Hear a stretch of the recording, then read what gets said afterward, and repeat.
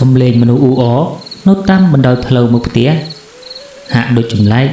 អ្នកខ្លះបានរត់យ៉ាងត្រហេបត្រហប់សំដៅទៅចុងភូមិម្ដាយរបស់ខ្ញុំដែលកំពុងតែបោះសម្រាមមុខផ្ទះ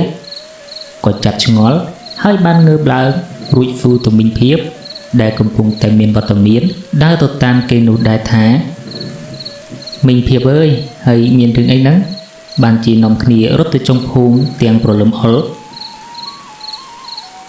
មីងភាពក៏តបមកម្ដាយខ្ញុំវិញថាយីហើយអ្នករីឯងនៅផ្ទះចិត្តហ្នឹងមិនដឹងទេចោះលើគេថានរណាកាត់គ្នាងាប់នៅព្រៃខាងត្បូងភូមិហ្នឹងម្ដាយខ្ញុំឮដូចនេះក៏ឈររឹតទ្រូងដោយការហ៊ូចិត្តនិងផិតភ័យជាខ្លាំងគាត់ក៏បានយកអំបោះទុករួចក៏ជីងទៅមើលនឹងគេខណៈពេលនោះពូអាពេកអាជាតិដែលជាដៃគូរបស់ខ្ញុំក៏បានរត់មកដល់មុខផ្ទះហើយស្រែកហ្វូរកខ្ញុំថាអាភ័ក្រហែងក្រោកពីដេកនៅតោះទៅមើលខ្មោចអត់ខ្ញុំដែលកំពុងតែសងំមិនទាន់ក្រោកពីដនេកនោះក៏បានចាប់រុញច្រានខ្លួនឲ្យផុតពីកន្ទេលហើយបានស្រែកប្រាប់ទៅពួកវាថាចាំអញផងអញទៅមើលដែរខ្ញុំក៏បានទៅពីងក្រោយផ្ទះដើម្បីលុកលាងមុខមាត់រួចហើយក៏ចាប់ទាញខោអាវមកពាក់ឲ្យជិតខ្លួនហើយក៏បានដើរមកជុំនឹងពួកអដែកដែលវាចាំខ្ញុំនាក្រេសញ្ញាមុខផ្ទះលុះតែមកដល់ខ្ញុំក៏បានឃើញអាជាតិវាស្លៀកតែខោប៉ុណ្ណោះដោយមិនខ្ចីរកអាវពាក់នោះទេបើទោះថាវេលានេះជារដូវរងាក៏ដោយខ្ញុំឃើញដូចនេះក៏ឆ្លៀតនិយាយបន្លាយទៅវាថាហើយអាជាតិហើយមិនពាក់អាវមកទេហើយប្រយ័ត្នខ្មោចវាចូលតាមរំចិត្តវើយអានោះវាក៏ក្រោកពីលើគ្រែរួចទាញខោវាឡើងលើហើយពោលថាអញលើខោឲ្យតែផុតចិត្តទៅខ្មោចវាចូលទៅតាមណាអានោះវានិយាយដោយភាពជឿជាក់ខ្លាំងតែខ្ញុំអាណិតវាក៏បានទៅទិញអាវខ្ញុំមួយដែលខានបោកទឹកយូរដែរហើយមកឲ្យវាពាក់អានោះវាថាស្អីអាវពាក់មិនដែលបោកទឹកផងយកមកអញពាក់ខ្ញុំក៏ប្រាប់វាថាវាក្រំបើជាងអត់អាវហើយពាក់មិនពាក់ក៏ហីចុះមិនទេអានោះទោះជាអាវនេះយ៉ាងមិនក៏ដោយក៏ទ្រាំពាក់សិនដែរក៏ព្រោះតែវាខ្លាចខ្មោចចូលពុះដែរទេតើលុះតែរួចរាល់ហើយក៏ចាប់ដើរចេញទៅខាងត្បូងដោយរួមមានលោកយាយលោកតាអ្នកមីលោកពូជាច្រើនបាននឹងកំពុងតែដើរយ៉ាងលឿនដើម្បីឆាប់បានមើលនឹងទៅឲ្យតាន់ក្រែងមានគេនិយាយអំពីរឿងហេតុដែលនាំឲ្យមានការសម្លាប់នេះលុះតែដើរជិតដល់ព្រៃចុងភូមិនោះអាពេកវាក៏ចាប់និយាយថាអញដូចជាមានអារម្មណ៍ថាខ្លាចយ៉ាងម៉េចមិនដឹងទេអានោះវាដូចជាយ៉ាងម៉េចមិនដឹងការចេញមកពីដំបូងវាដូចជាហមហ៊ុនណាស់គ្រាន់តែចិត្តដល់ក៏ស្រាប់តែប្រែជាខ្លាចរុញដៃរុញជើងទៅវិញខ្ញុំក៏ប្រាប់វាថាខ្លាចអីម៉ែអញក៏នៅនឹងម៉ែហែងក៏នៅនឹងមនុស្សច្រើនសឹងអីលុះតែដើរមួយសន្ទុះក៏បានមកដល់កន្លែងកើតហេតុមនុស្សម្នាច្រើនណាស់ប្រជិតគ្នាចូលក្នុងពិបាកសឹងតែរកប្រឡោះមិនបានខ្ញុំស្មានតែអាចចូលបានគៀកមានអីប៉ូលីសគេបានគូវាហើយយកខ្សែផាត់យ៉ាងឆ្ងាយចេញពីហ្វប់នោះជិត20ម៉ែត្រដើម្បីធ្វើការប្រមូលផោះតាំងហ្វប់នោះស្លាប់យ៉ាងអណោចអធមដៃដាច់ធ្លាក់នៅកន្លែងផ្សេងហើយខ្លួននោះក៏បានមកដួលស្លាប់ដោយមានស្នាមធ្លុះធ្លាយមិនដឹងត្រូវគេកាប់ប៉ុនបានកំបិតទេបើមុខដាច់ធ្លាក់សាច់មើលសឹងតែលេងស្គាល់ឈាមហូរស្រោចពេញទីនោះជះក្លិននឹងឆ្អាបទុកមិនចង់ជាប់សឹងតែក្អួតចង្អោទៅហើយអ្នកដែលមានស្មារតីតិចក៏ចាប់ហិលមុខហើយបានត្រឡប់មកផ្ទះវិញមុនគេចំណែកឯពូខ្លះកំពុងតែឆ្កាដៃឆ្កាជើងនិយាយអំពីដំណើរថាវាទំនងជាយ៉ាងម៉េចពេលនោះក៏ស្រាប់តែមានមនុស្សរោងអ៊ូទៅនឹងកន្លែងមួយដែលមានលោកអ៊ូម្នាក់បាននឹងកំពុងតែរៀបរាប់មុខថាករណីនេះមិនមែនជារឿងគំនុំនឹងគ្នាទេតែជាករណីប្លន់ច្រើនជាងព្រោះកាលពីយប់មិញនេះគ្រាដែលគាត់កំពុងតែដើរចាក់ត្រីនាស្រែដែលនៅចុងព្រៃម្ខាងទៀតនោះក៏ស្រាប់តែបានឮសំឡេងរទេះគោកំពុងតែបកនៅលើផ្លូវសំដៅចូលមកព្រៃនេះ គាត់ក៏បានក្រវិះពិលមើលបានឃើញយ៉ាងច្បាស់ជារទេះគោដឹកអមឆ្នាំងជាច្រើនទំនងជាអ្នកដើរលក់ស្រុកឆ្ងាយហើយខណៈវេលាយប់ហាក់មិនសូវមានសំឡេងរំខានច្រើនដូចនេះត្រចៀករបស់គាត់បានស្ដាប់ឮជាប់នៅសំឡេងកណ្ដឹងគោលុះតែរទេះនោះចូលមិនបានប៉ុន្មានផងក៏ស្រាប់តែបាត់សំឡេងឈឹងទំនងដូចជាម្ចាស់គេនោះជប់រទេះហើយសម្រាប់នៅទីនោះអញ្ចឹងតែមួយសន្ទុះក៏ស្រាប់តែមានសំឡេងមនុស្សស្រែកដោយការឈឺចាប់តែសំឡេងស្រែកនោះបានឮតែម្ដងប៉ុណ្ណោះហើយក៏បាត់ទៅភ្លាមនោះក៏ស្រាប់តែមីងម្នាក់ទៀតដែលមានផ្ទះនៅខាងចុងភូមិនេះបានបន្តទៀតថាយប់មិញនេះខ្ញុំក៏បានឮសំឡេងមនុស្សស្រែកដែរខ្ញុំស្មានតែគេបាញ់ចាប់និយាយមកដល់នេះគាត់ក៏ចាប់អារម្មណ៍មើលឲ្យជាក់គឺពិតជាបានឃើញស្នាមកង់រទេះគោមែនហើយរទេះនោះត្រូវបានគេបោបន្តចុះទៅផ្លូវតូចមួយឆ្ពោះទៅទិសខាងកើតរួចក៏វង្វេងដានដោយសារស្នាមកង់រទេះវាច្រើនពេកម្នាក់ចាប់ផ្ដើមព្រឺក្បាល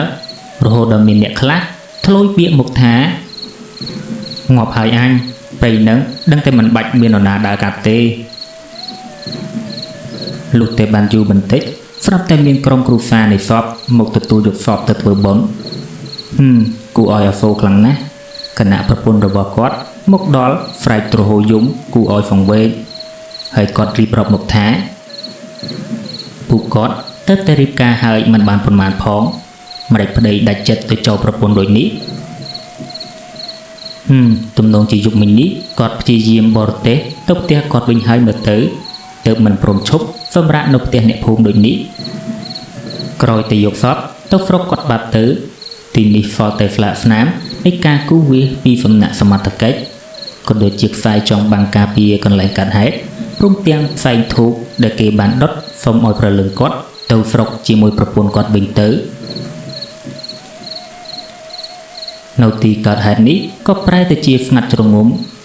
ខ្ញុំអាពេកអាជាតិក៏បាននាំគ្នាមកផ្ទះវិញអ្នកភូមិខ្ញុំថ្ងៃនេះដូចជាយ៉ាងម៉េចមិនដឹងទេម្នាក់ហាក់ដូចជាគ្មានប្រលឹងជាប់ខ្លួនបែបជានៅក្នុងអារម្មណ៍របស់ពួកគាត់នៅតែដិតដាមចប់អំពីរឿងព្រឹកមិញនេះវេលាម៉ោងជិត10ទៅហើយថ្ងៃក៏ចាប់ចាំងចំប៉ះស្ទើរតែចំពីខាងលើរុក្ខជាតិខ្ញុំជាមួយអាដៃក៏បានកំពុងតែអង្គុយនិយាយគ្នានៅក្រោមដើមអំពិលក្រោយផ្ទះខ្ញុំពួកខ្ញុំនេះគឺសុទ្ធតែខ្លាចខ្មោចតែមួយថ្ងៃនេះនិយាយមិនទៅណាឆ្ងាយអំពីរឿងខ្មោចទេអស់ពីនិយាយរឿងខ្មោចដែលត្រូវបានគេសម្លាប់ព្រឹកមិញនេះ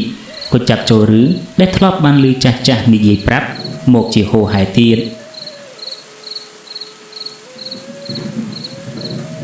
ថ្ងៃនេះមិនក្តៅណាស់ក្តៅចម្លែកតែម្ដងមិនមានសោះសូម្បីតែពពួកមួយដុំវាមិនសមបែបនេះទេព្រោះរដូវវស្សាមិនតន់ចាក់ផុតឯណាបើស្រែស្រូវទៅតែដាក់ក្របចំណែកឯចំណូលខ្យល់កដឹកក៏ធ្លាប់តែបក់ផាត់មកត្រជាក់នោះក៏ប្រែទៅជាស្ងប់ស្ងាត់ទៅវិញហើយវាប្រែទៅជាក្តៅស្អុះស្អាប់ជាខ្លាំងម្ដាយខ្ញុំអង្គុយនៅក្រេនាយសន្យាផ្ទះនោះទាញយកក្រមាមកបក់ញាប់សឹងតែដូចម៉ាស៊ីនទៅហើយមួយសន្ទុះក៏ស្រាប់តែបានឃើញមីងភៀបបានដើរកាត់មុខផ្ទះរបស់ខ្ញុំដោយមិនដឹងថាគាត់មកពីណាទេទាំងក្តៅសឹងតែព្រះក្បាលនោះម្ដាយខ្ញុំក៏បានហៅគាត់ថាមីងភៀបអើយហើយដើរមកពីណាទាំងថ្ងៃក្តៅបណ្ដាកូនបែបនេះមីងភៀបនោះគ្រាន់តែលឺសូរម្ដាយខ្ញុំសួរហើយក៏បានដើរចូលមកផ្ទះខ្ញុំភ្លាមគាត់បានដោះក្រមាចេញរួចក៏ចាប់ផឹកទឹកដែលម៉ែខ្ញុំបានដួសមួយផ្ទើដាក់លើក្រេនោះលុះតែបានពិសាហើយគាត់ក៏ពោលមកភ្លាមថាយីថ្ងៃនេះក្តៅម្លេះហើយនេះហ្វ្រេចទឹកសឹងតែខាស់បំពង់កទៅហើយម្ដាយរបស់ខ្ញុំក៏ចាប់ស៊ូទៅមីងភៀបថាហើយចុះមីងភៀបឯងមកពីណាទាំងកណ្ដាលថ្ងៃក្តៅនឹងមីងភៀបក៏ប្រាប់ថាខ្ញុំមកពីផ្ទះតាសាំងនឹងណាថាទៅទិញប្រយោងជ័យគាត់តែមានអ្នកណាទៅជក់ស្ដាប់គាត់និយាយអំពីរឿងខ្មោចដែលគេប្លន់ព្រឹកមិញហ្នឹងម្ដាយរបស់ខ្ញុំក៏បានអង្គើខិតទៅចិត្តមីងភៀបរួចបានសួរបន្តថាហើយចុះតាសាំងគាត់ថាយ៉ាងម៉េចខ្លះ មីងភៀបចាប់ខ្វែងដៃខ្វែងជើងនិយាយផងកាយវិការផងប្រាប់មកម្ដាយខ្ញុំថាម៉ែអភ័យឯងចាំតែមើលទៅតាសានគាត់ថាខ្មោចនឹងដឹងទៅលួងពេញភូមិហើយនេះខ្មោចតែហោងណាមើលតែថ្ងៃនឹងដឹងហើយវាមិនដែលខែវសាឯណាប្រែជាក្តៅសឹងតែប្រេះដីបែបនេះតាសានគាត់ប្រាប់ថាឲ្យរកកំបោរមកគូសញ្ញាជើងក្អែកនៅមុខផ្ទះហើយជប់ឡើងនាំគ្នាដុតភ្នូភ្លើងហើយគូសចានគូសឆ្នាំងកុំឲ្យវាហ៊ានចូលភូមិខ្ញុំឯណែអ្នកស្ដាប់ចាប់ព្រឺក្បាលជាខ្លាំងតែហាក់ដូចជាមានអារម្មណ៍បន្តិចចាប់គិតថាប្រហែលជាសប្បាយហើយមើលទៅលុះតែវេលារសៀលបន្តិចអ៊ំមីងមៀក្នុងភូមិក៏នាំគ្នាយកកំបោរមកគូសវាតាមមង្គលរបងអ្នកខ្លះចាប់កាប់បន្លាមកស្រះកន្លែងដែលពុកផុយឬជាទីប្រឡោះរហូតដល់មានអ្នកខ្លះធ្វើទីងម៉ោងដាក់ចាំនៅមុខផ្ទះក៏មានដែរព្រះអាទិត្យក៏ចាប់លិចផុតចាក់ចោលផែនដីស្បៃរាត្រីក៏ចាប់គ្រាប់ដណ្ដប់ក្នុងភូមិចាប់ងងឹតគោក្របីក៏ចាប់ស្រែកយំក្នុងក្រោលចុងដើមឫស្សីនៅខាងក្រោយផ្ទះក៏ចាប់រង្គើបន្តិចបរិយាកាសត្រជាក់ក៏ចាប់មកដល់តែវាហាក់ស្ងប់ខ្យល់នៅឡើយនៅមុខផ្ទះខ្លះគេចាប់ដុតភ្លើងបណ្ដាហើយសូមលេងផ្ទុះដែលកើតចេញពីការបាចគ្រាប់អំបិលចូលបានលឺយ៉ាងរងំជួនកាលក៏មានការផ្ទុះដោយកំប៉ុងអ្វីមួយលឺលំយ៉ាងខ្លាំងសូមលេងគូសឆ្នាំងគូសធុងក៏ចាប់បានលឺចេញអំពីដើមភូមិហើយក៏ចាប់គូសបន្តគ្នារហូតមកដល់ផ្ទះខ្ញុំក៏ចាប់យកឆ្នាំងដែលដាក់បាយឲ្យអាលុកនោះមកគូសនៅមុខភ្នក់ភ្លើងនោះយ៉ាងខ្លាំងយូរក៏មានពូខ្លះស្រែកមកថាចេញទៅក៏មកចូលភូមិអញហើយក៏មានអ្នកស្រែកបន្តគ្នាដើម្បីបណ្ដេញខ្មោចនោះកុំឲ្យចូលមកភូមិភ្លាមនោះស្រាប់តែខ្លែងស្រាកចាប់ស្រែកមកខ្វាក់នៅពីលើអាកាសចំពីខាងលើភូមិខ្ញុំនេះភ័យសឹងតែលុះព្រលឹងញ័រដៃញ័រជើងមួយរំពេចម៉ែខ្ញុំក៏ចាប់ស្រែកជេរទៅខ្លែងស្រាក់នោះខ្លាំងឲ្យវាហោះចេញពីភូមិក៏មកគ្មាននរណាគេស្វាគមន៍ទេខ្យល់ក៏វាចាប់ធ្លាក់មកមួយរំពេចផងដែរហើយវាបក់សឹងតែរលត់ភ្នក់ភ្លើងដែលដុតមុខផ្ទះនោះទៅហើយដើមឫស្សីក៏ចាប់រេទៅរេមកតាមកម្លាំងខ្យល់នោះរហូតមានដើមខ្លះបាក់លន់លឺផ្អើលភូមិថ្ងៃនេះអ្នកភូមិបានជួបរឿងចម្លែកតាំងពីបើកភ្នែកប្រលឹមអុលមកម្លេះលុះតែយប់ជ្រៅគ្រប់គ្នាក៏បានចូលក្នុងផ្ទះសម្រាកតែមិនទេយប់នេះមិនអាចមាននរណាដេកបានស្រួលនោះទេព្រោះតែពេលមនុស្សបានចូលក្នុងផ្ទះវាក៏ចាប់ដល់ពេលអាលុកក្រោមផ្ទះក៏ចាប់ធ្វើការម្ដងអានោះព្រោះបែរមុខទៅទិសខាងត្បូងភូមិនោះមិនលុះមួយពេលសោះហើយមិនមែនតែឆ្កែនៅផ្ទះខ្ញុំឯណាអ្នកផ្ទះផ្សេងគ្នាដែលមានឆ្កែក៏មិនទំនេរដូចគ្នាដែរវាលូគួរឲ្យខ្លាចជាខ្លាំងគូកសមនឹងសំលេងខ្លែងស្រាក់ទៀតនោះតើខ្ញុំអាចបិទភ្នែកដេកឲ្យស្រួលបានដោយរបៀបណាពុករបស់ខ្ញុំគាត់សម្រាប់មិនលុកក៏ក្រោកមកចាក់វិទ្យុនោះដើម្បីស្ដាប់ចម្រៀងកំដរឲ្យបាត់ខ្លាចតែមិនអញ្ចឹងទេស្រាប់តែចូលដល់ព័ត៌មានខ្លីហើយវាចំអីរឿងដែលគេប្លន់សម្លាប់ព្រឹកមិញនេះទៀតវាដូចជាកិច្ចមិនផុតពីរឿងនឹងសោះខ្យល់បក់ខ្លាំងមិនដឹងថាជ្រួអ្វីខ្លះទេ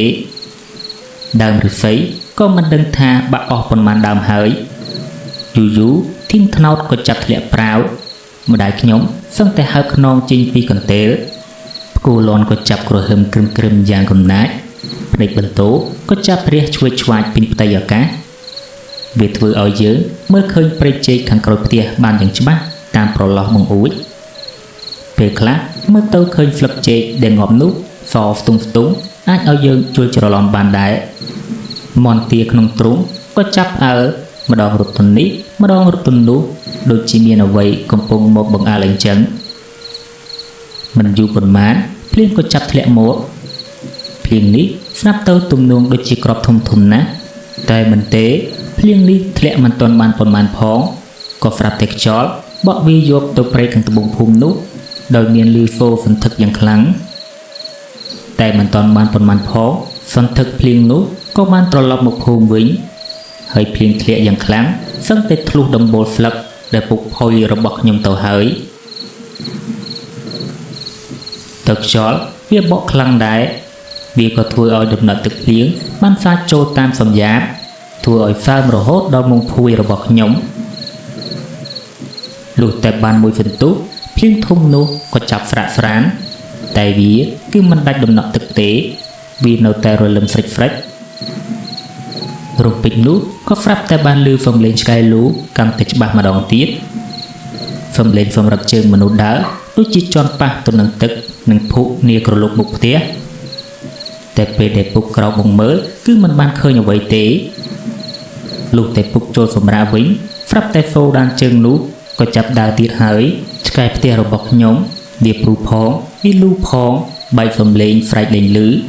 សំឡេងដានជើងនោះទំនងដូចជាមាននរណាគេមកចាប់ត្រីវាឡើងតាមទឹកតែបើគិតទៅគ្មាននរណាគេហ៊ានទេក្នុងភូមិកំពុងតែវឹកវរដូចនេះពុកក៏បានយកពិលមកចុចបំភ្លឺមើលទៅផ្លូវខាងមុខផ្ទះតែនៅតែមិនបានឃើញអ្វីហើយដីមុខផ្ទះនោះក៏គ្មានសូម្បីតែដានជើងមួយសោះមិនសមបើដើរលឺសឹងតែមួយកំណាត់ជប់ទៅហើយខណៈពេលនោះស្រាប់តែភ្នែកបន្ទោភ្លឺអស់ពេញមួយភូមិពុកដូចជាភ័យក៏ក្រវះពិលចូលផ្ទះក៏ស្រាប់តែស្រមោលអ្វីមិនដឹងរត់យ៉ាងលឿនកាត់ភ្លើងពិលនោះពុកភ្ញាក់ព្រឺតព្រោះមិនត្រឹមតែបានឃើញស្រមោលនោះទេតែត្រចៀករបស់គាត់ក៏ហាក់ដូចជាមានអ្វីមកផ្លុំផងដែរពុកគាត់លែងហ៊ានហើយរួចក៏បានចូលសង្ងំក្នុងផ្ទះសម្រាប់ជើងនោះនៅតែបន្តដើរទៅមុខហាក់ដូចជាកំពុងតែរកអ្វីមួយអញ្ចឹងលុះតែព្រឹកឡើងអ្នកភូមិក៏ចាប់ជំនុំគ្នាហើយក៏ទៅនិមន្តលោកនិងអាចារ្យដើម្បីរៀបចំពិធីនិងធ្វើស្ពានឲ្យគេឆ្លងទៅកាន់សុគតិភពនោះតែល្ងាចបន្តក៏មានហេតុការណ៍បន្តិចបន្តួចបានកើតឡើងតែចាស់ថាវាមិនមែនមកពីខ្មោចដែលគេប្លន់នោះទេវាអាចជាព្រលឹងវិញ្ញាណផ្សេងដែលឆ្លៀតឱកាសរឿងនេះខ្ញុំសូមបញ្ចប់ត្រឹមនេះសង្ឃឹមថាបានជួបអ្នកទាំងអស់គ្នានៅវីដេអូបន្តទៀត